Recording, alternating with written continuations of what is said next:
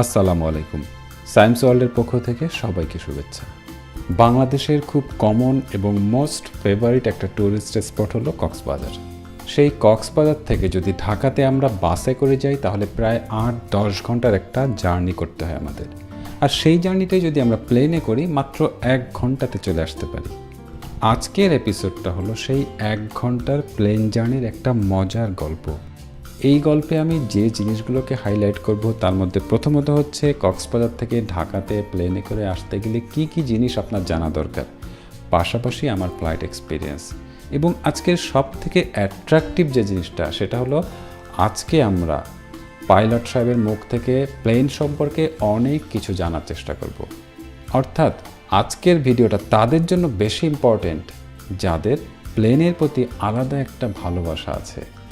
তাহলে চলুন আমরা আজকে গল্পে ঢুকে যাই এবং এই এপিসোডটা এনজয় করতে থাকি।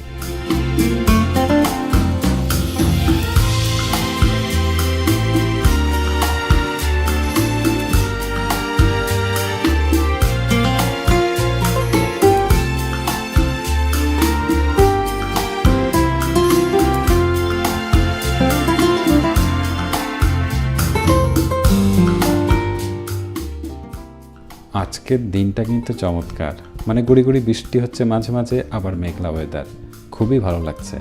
এরই মধ্যে আমরা এয়ারপোর্টের সমস্ত ফর্মালিটিস কমপ্লিট করে প্লেনে ওঠা শুরু করে দিয়েছি। বলে রাখি, এই ফর্মালিটিসের জন্য আপনার ফ্লাইট টাইম থেকে ১ ঘন্টা আগে এয়ারপোর্টে উপস্থিত থাকা উচিত। বৃষ্টির জন্য ইউএস বাংলার পক্ষ থেকে ছাতারও কিন্তু ব্যবস্থা রাখা হয়েছে। শুধু তাই না, লাগেজগুলো যেন ভিজে না যায় সেজন্য পলিথিনেরও কিন্তু ব্যবস্থা আছে। বোঝাই যাচ্ছে আমাদের জন্য তারা যথেষ্ট যত্নশীল। Thanks a lot US Bangla. সবাই যার যার সিটে বসতে থাকুক, আর আমরা এই ফাঁকে আজকের প্লেনের পাইলট ক্যাপ্টেন আবদুল্লাহ ভাইয়ের কাছ থেকে কিছু গল্প শুনে আসি। আসসালামু আলাইকুম, আমি ক্যাপ্টেন আবদুল্লাহ, এটিআর 72-600 এর ক্যাপ্টেন। আমি প্রায় এভিয়েশনে 30-35 বছর ধরে আছি। আগে বিভিন্ন এয়ারলাইন্সে কাজ করেছি। এই এটিআর 600 হচ্ছে সম্পূর্ণ গ্লাস ককপিট। এইটাতে কোনো নর্মাল কনভেনশনাল কোনো ইনস্ট্রুমেন্ট নাই। একটা গ্লাস ককপিট 2টা, 3টা, 4টা, 5টা, এই টোটাল গ্লাস ককপিট দিয়ে এটা পরিচালনা করা হয়। এখানে আছে এফএমএস, হ্যাঁ। তারপরে এখানে আমরা কোন রুট দিয়ে যাব এই রুটগুলো এখানে শো করবে যে আমাদের রুটগুলো কোনটা আছে। আর এখানে আমাদের ইনস্ট্রুমেন্ট আছে, ইনস্ট্রুমেন্ট আছে। এটা স্পেশালি আমরা যে বলে যে আকাশের যে রুটটা, আকাশপথের রুটটাই হচ্ছে এটা। অন্য এয়ারক্রাফট অন ইয়ারে আমরা এখানে দেখতে পারি। তো এটা টিকার সিস্টেম আছে এখানে। এটা হচ্ছে মোস্ট সফিস্টিকেটেড এয়ারক্রাফট। এটা কন্ট্রোল করলাম। আর সবার একসাথে বলতেছি, আমাদের গাড়ির যেরকম স্টিয়ারিং, এটা হচ্ছে আপনার পাওয়ার লিভার বলে, এটাকে কন্ডিশনার লিভার বলে, এটা হচ্ছে ফ্ল্যাপস, এটা হচ্ছে আমাদের ব্রেকস। আর ওই যে পায়ের নিচে দেখতেছেন এটা গাড়ির মতোই, এই যে গাড়ির মতো নেই। এটাতে অনেকগুলো ফাংশন। এটা ব্রেক করা যায়, আবার ডানে যাবেন, বামে যাবেন, আবার ব্রেক করবেন। এইটা দিয়ে সবটাই করা বলে রাডার প্যাডেল। টেক অফ করতে চাই এরকম আমি পুল করব, আবার যদি ডাউন করতে ডাউন করব, আবার আমি যদি ডান দিকে যেতে চাই ডান দিকে যাব। এইটা হলো একজন কো পাইলট আর একজন হচ্ছে ক্যাপ্টেন। যখন আমাদের নিয়ম হচ্ছে যখন একজন ফ্লাই করে আরেকজন কমিউনিকেশন করে, এবং কোনো কারণে যদি আপনার একজন ক্যাপ্টেন সিক হয়ে যায় বা ইনক্যাপাসিটি হয়ে যায়, সো দ্যাট অন্য পাইলট যদি এটা কন্ট্রোল করতে পারে, সেই জন্যই 2টা কন্ট্রোল করে এবং সব কিছু 2টা দেওয়া আছে।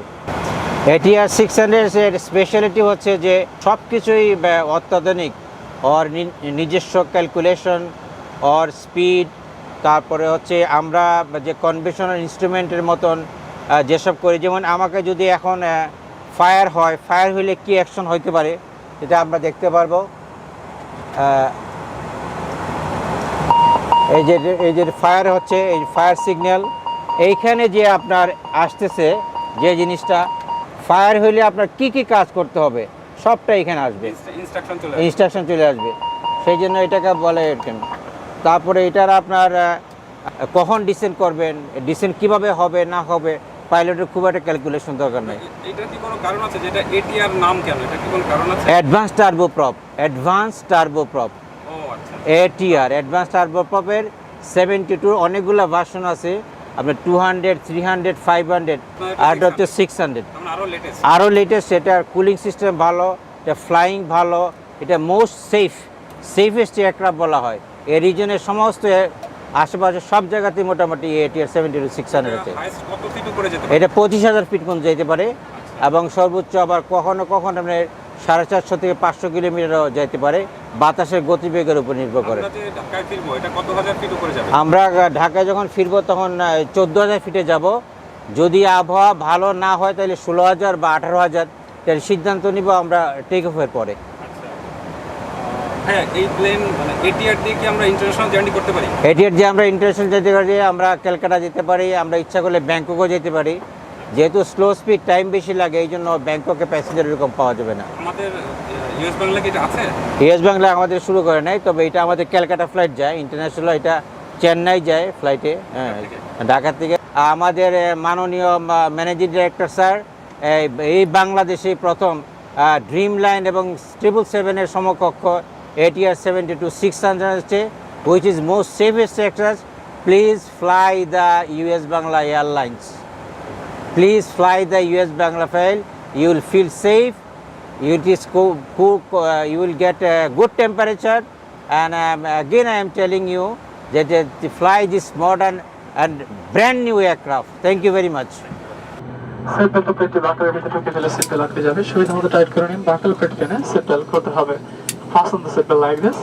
Adjust it and fasten like this. জরুরি বহির্গমন পথ। এই জাহাজে 4টি জরুরি বহির্গমন পথ রয়েছে, দুটি সামনে, দুটি পেছনে। জরুরি অবস্থায় নিচের বাতি জ্বলে উঠলে সেই পথ অনুসরণ করে বেরোতে হবে। There are 4 emergency exits in your aircraft. At the phone to at the rear. In case of emergency, full light will illuminate guide to the nearest exit. নিরাপত্তা নির্দেশনা বলি। আপনার সামনের সিট পকেটে রাখা নিরাপত্তা নির্দেশনা বলি ভালোভাবে পড়ে নিন। Your safety card kept in front of your seat pocket. Please read it carefully. আপনাদের মনোযোগ ও সহযোগিতার জন্য ধন্যবাদ। Thank you for your attention and cooperation.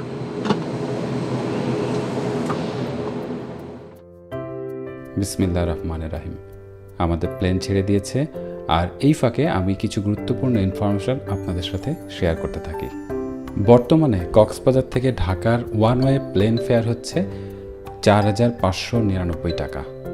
আপনার জার্নি ডেট যত কাছে আসবে টিকিটের মূল্য তত বাড়তে থাকে। সেই জন্য আমার সাজেশন থাকবে মিনিমাম 15 থেকে 30 দিন আগে আপনি আপনার টিকিটটা করে ফেলবেন, তাহলে এই রেটে পাওয়ার সম্ভাবনা থাকবে।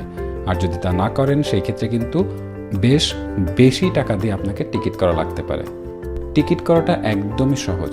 ফিজিক্যালি না যেও বাসায় বসে আপনি অনলাইনে বসেই টিকিট কাটতে পারবেন, এবং পেমেন্টটা আপনি আপনার মোবাইল ব্যাংকিং অর্থাৎ বিকাশ, নগদ ইত্যাদি মোবাইল সার্ভিস দিয়েও পেমেন্ট করতে পারেন। আবার আপনার ক্রেডিট কার্ড, ভিসা কার্ড বা মাস্টার কার্ড দিয়েও কিন্তু পেমেন্ট করতে পারবেন।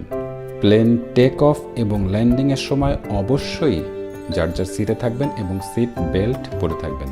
এটা সবার সেফটির জন্য করতেই হবে। আকাশে উঠতে না উঠতেই কিন্তু সবার কাছে কমপ্লিমেন্টারি পানি নিয়ে হাজির। সবাইকে একটা করে পানির বোতল দিচ্ছে।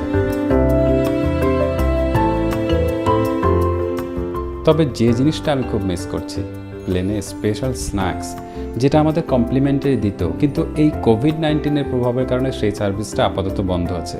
আমার রিকোয়েস্ট থাকবে এই সার্ভিসটা খুব শীঘ্রই আবার চালু করার জন্য।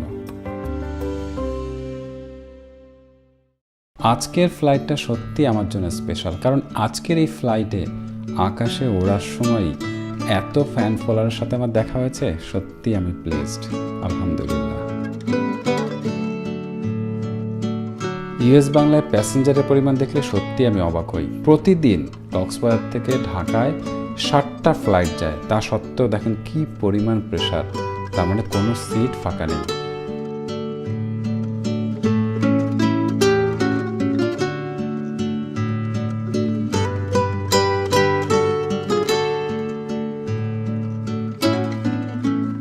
এক ঘন্টার জার্নি হলো, প্লেনে কিন্তু খুব ছোট্ট একটা নিট অ্যান্ড ক্লিন ওয়াশরুমের ব্যবস্থা আছে, এবং সেটাকে আপনি সাধারণত পাবেন প্লেনের পেছন দিকে।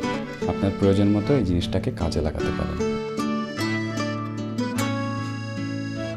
প্লেনে ওঠার পরে মেঘের ওপর থেকে যে ভিউটা, সত্যি সেটা অসাধারণ। মনে হয় যেন একটা তুলোর দেশে আমরা ঘুরে বেড়াচ্ছি। যদি কখনো প্লেনে না উঠে থাকেন তবে রিকোয়েস্ট থাকবে একবারের জন্য হলেও প্লেনে উঠবেন, অন্যরকম একটা অভিজ্ঞতা।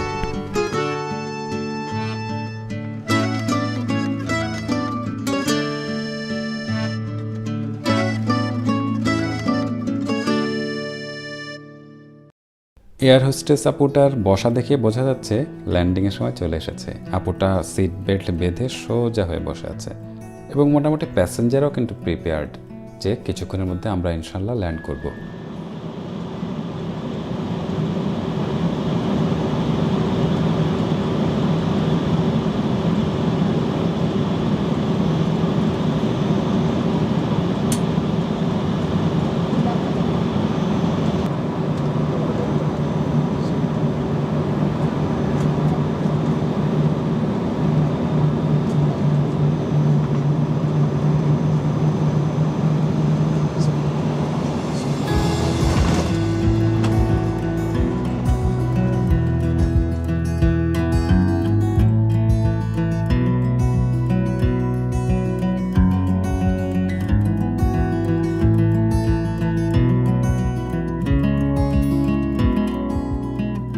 ল্যান্ড করার সাথে সাথে বাস এসে হাজির। এই বাসে করেই আমাদের এয়ারপোর্টের ভবন পর্যন্ত যেতে হবে। আর এই ফাঁকে এই যে সবাই বাসে উঠবে, আর এই ফাঁকে আমরা আবার সেই পাইলট ক্যাপ্টেন আবদুল্লাহ ভাইয়ের কাছ থেকে আরও কিছু অ্যাট্রাকটিভ ইনফরমেশন শেয়ার করবো আপনাদের জন্য।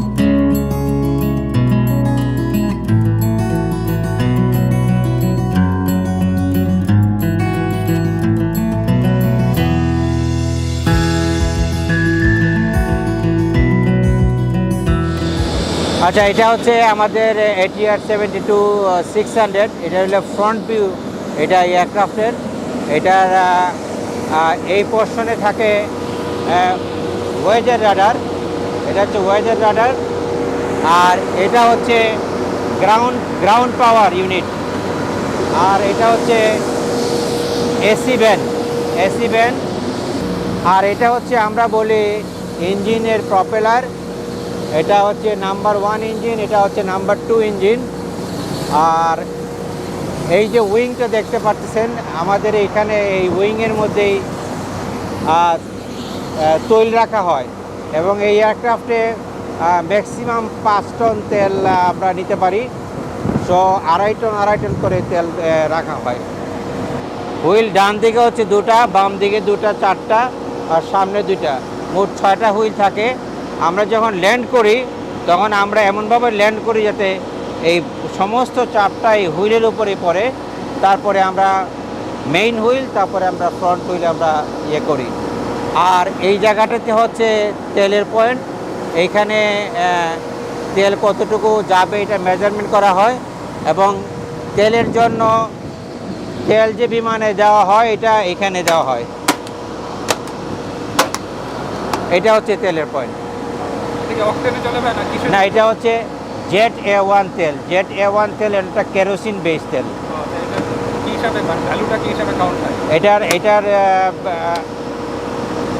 স্পেশালি ফর দ্য এয়ারক্রাফটের জন্যই, যাতে কম পুরে বেশি এনার্জি দেয় আর কি, জেট A1 তেল। এটা আমরা এখানে যখন দেওয়া হয় তখন লিটার হিসাবে দেওয়া হয়, আর আমরা যখন প্লেনের মধ্যে হিসাব করি তখন কেজি হিসাবে ইউজ করি। এটা হচ্ছে আমাদের এয়ারক্রাফটের টেইল পোর্শন। আর এটা হচ্ছে সার্ভিস ডোর, এখান দিয়ে খাওয়ার উঠে এবং সব কিছুই আমাদের নেওয়া হয় কেমিক্যালদের। আর আমরা যে বলি ফ্লাইট রেকর্ডার, এয়ারক্রাফটটা যদি কখনো অ্যাক্সিডেন্ট হয় তাহলে এখানে ফ্লাইট রেকর্ডারটা থাকে, যেটাকে ওই যে black box exactly black box বলা হয়। এই ব্ল্যাক বক্সটা এমন এক জায়গায় রাখা আছে, এয়ারক্রাফটটা ক্র্যাশ করলেও আপনার ব্ল্যাক বক্সটা অক্ষুণ্ণ থাকে, সো দ্যাট আমরা সব ডাটা নিতে পারি। আর পিছনে যেটা আছে ওইটাকে বলে রাডার, আর তার উপর ওটাকে বলে এলিভেটর। রাডার দিয়ে আমরা ডান বাম করি আর এলিভেটর দিয়ে আমরা আপ ডাউন করি। এটা ATR-এর একটা বিশেষত্ব আছে, এটাকে বলে টেইল প্রপ। টেইল প্রপটা রাখা হয় যদি কখনো পিছনে অনেক প্যাসেঞ্জার আসে তাহলে এটা যাতে প্রোটেকশন দিতে পারে। আর এটা হচ্ছে আমাদের ডোর। আর এটা হচ্ছে নাম্বার 1 ইঞ্জিন। এটা আর তেল থাকে হচ্ছে বাম দিকে এবং ডান দিকে। উইংয়ে তেল থাকে? হ্যাঁ, উইংয়ের মধ্যে তেল থাকে, অনেকের অবশ্য আইডিয়া নাই। এবং উইংয়ে তেল থাকে এক একটা উইংয়ে 2.5 টনের মতন। 2.5 টন 5 টন তেল, 5000 কেজি তেল থাকে। একটা জিনিস দেখানো হয়, এটা যে উইংয়ের উপরে যে লম্বা লম্বা স্টিক আছে, কোনটা ভাই, যে চারটা? হ্যাঁ 4টা, এগুলোকে বলে ডিসচার্জার। যদি হ্যাঁ 1 2 3 4 প্রত্যেকটা জায়গা আছে।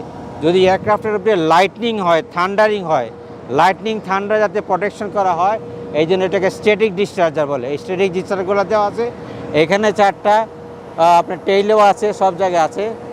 আর উপরে আছে আমাদের অ্যান্টিনাগুলা, অ্যান্টিনা।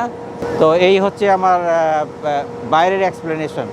আমরা 3 জন ভবিষ্যৎ পাইলট না? পাইলট হবে না। ও কেন? আচ্ছা ঠিক আছে, ওকে। আমি খুব প্রাউড ফিল করছি এবং খুব গর্বিত যে সৌভাগ্য আমার যে ভাইয়ের মতো একজন পাইলটের সাথে আমরা একসাথে ফ্লাই করলাম এবং ভাই আমাকে অনেক হেল্প করেছে। যেটা আপনারা দেখেছেন যে আমি চেষ্টা করেছি যে প্লেন নিয়ে কিন্তু আমাদের সবার একটা ড্রিম থাকে, তাই না? একটু বিভিন্ন জিনিস জানা, লাইভ দেখা, সেই জিনিসগুলো আমার ভিডিওতে আমি চেষ্টা করেছি, যেটা ভাইয়া আরও অনেক বেশি হেল্প করেছে। যেমন ককপিটে বসে যে ইনফরমেশনগুলো ভাই আমাকে দিয়েছে, সেটা আসলে আমাদের সবার জন্য অনেক ইনফরমেটিভ এবং অ্যাট্রাকটিভ ছিল। ভাইয়া থ্যাংক ইউ ভাইয়া। ধন্যবাদ সায়েম সাহেবকে, অনেক ধন্যবাদ। আশা করি আবারও দেখা হবে ইনশাআল্লাহ। ধন্যবাদ। দোয়া করুন ভাই। আসসালামু আলাইকুম। সবাই বাসে করে চলে গেছে, আমার জন্য শুধু গাড়িটা পড়ে আছে। আমরা এখন গাড়িতে করে এয়ারপোর্টের ভবন পর্যন্ত যাব। আর আজকে এখানেই আমাদের এপিসোড শেষ করতে হচ্ছে, কারণ আমাদের সব কিছু দেখানো শেষ। তো এতক্ষণ আমাদের ভিডিওটা ধৈর্য সহকারে দেখার জন্য আপনাদেরকে অসংখ্য ধন্যবাদ। আচ্ছা তাহলে বিদায় নিচ্ছি, আপনারা সবাই ভালো থাকবেন।